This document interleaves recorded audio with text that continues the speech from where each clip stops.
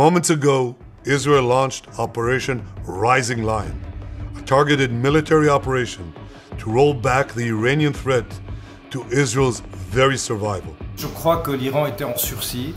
L'importance de la frappe de cette nuit est cependant notable, c'est-à-dire qu'elle a été au-delà de ce qu'on pouvait attendre.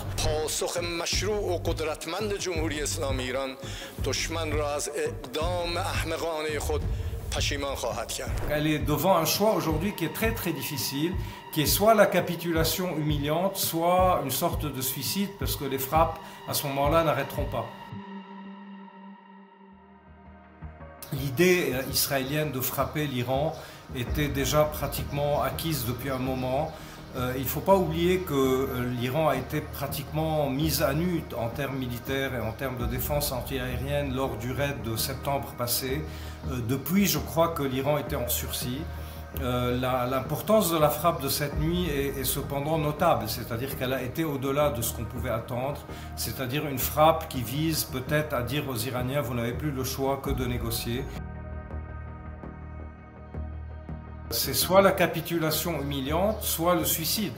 Et moi j'ai peur que pour des raisons multiples, entre autres, je ne veux pas être culturaliste, mais entre autres, disons, la psychologie politique du régime iranien, mais surtout aussi les conflits au sein de la nomenclature iranienne. Maintenant, il faut voir qui reste après les frappes au sein des gardiens de la révolution comme étant capable de tenir tête au guide ou de le convaincre de faire autre chose.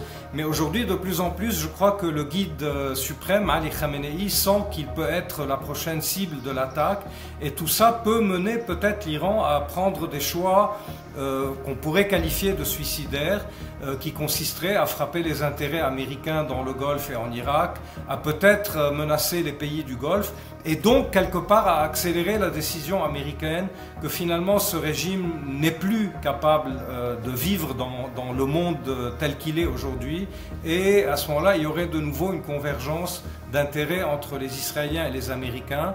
Mais je répète encore une fois, ce n'était pas le choix préalable de Donald Trump, et je crois que là il fera vraiment une sorte de guerre qui lui est plus ou moins imposée par les événements.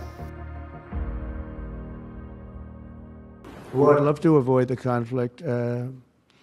Iran's going to have to negotiate a little bit tougher. C'est la question qui se pose en prenant en compte ce qu'on vient de dire, c'est-à-dire la psychologie iranienne que les Israéliens connaissent très bien. Donc quelque part, on peut soupçonner les Israéliens d'avoir pris la décision de rendre la tâche très difficile non seulement aux Iraniens mais aussi à Donald Trump, puisque maintenant la négociation va être très difficile à reprendre.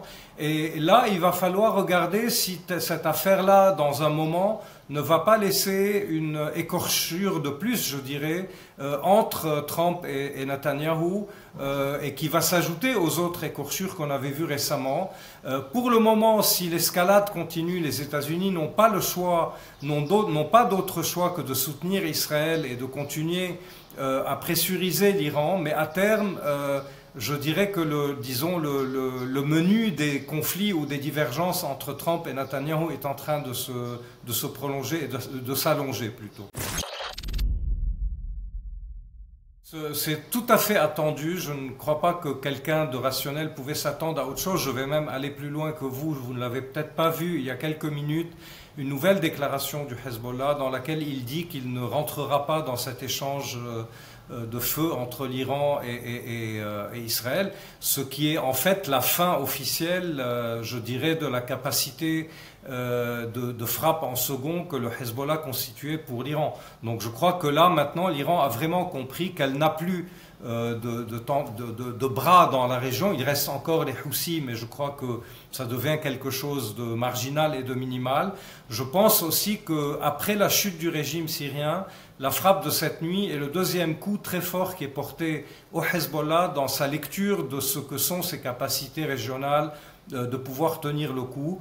Tout cela va probablement accélérer quelque part la question du désarmement à un moment ou à un autre du Hezbollah. Maintenant, il va falloir voir comment tout ça va se traduire sur la scène politique libanaise, mais c'est encore aujourd'hui très tôt de parler de ça.